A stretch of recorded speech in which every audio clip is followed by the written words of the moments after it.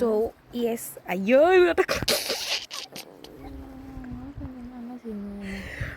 കരിമിഴിയുള്ള കളവാണിക്കാർ കൂന്തൽ കണ്ടപ്പോൾ ഞാൻ അതെ തൊപ്പി അയക്കുമ്പോൾ അങ്ങനെ ആയിരിക്കും.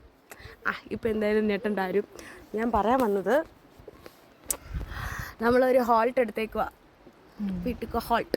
നമ്മൾ ഇപ്പോൾ ഞാൻ രാവിലെ തൊട്ടൊന്നും കഴിച്ചിട്ടില്ല കേട്ടോ. ബാഗ് കഴിക്കാൻ പോകുന്നു.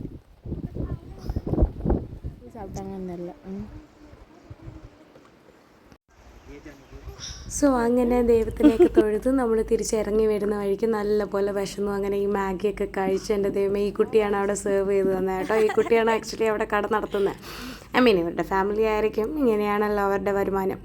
അപ്പോൾ ഈ കുട്ടി ഇവർക്ക് മാഗിയൊക്കെ മേടിച്ച് നമ്മളെല്ലാവരും കൂടി ഇരുന്ന് അവൾ ക്യൂട്ട് എക്സ്പ്രഷൻസ് ഒക്കെ ഇങ്ങനെ കാണിച്ചോണ്ടിരിക്കുകയായിരുന്നു. സോ യെസ്, അങ്ങനെ ഈ വ്യൂവും ഈ മാഗിയൊക്കെ കഴിച്ചിട്ട് അവിടെ നിന്ന് നല്ല രസമുണ്ടായിരുന്നു. എന്നിട്ട് നമ്മൾ പോയി.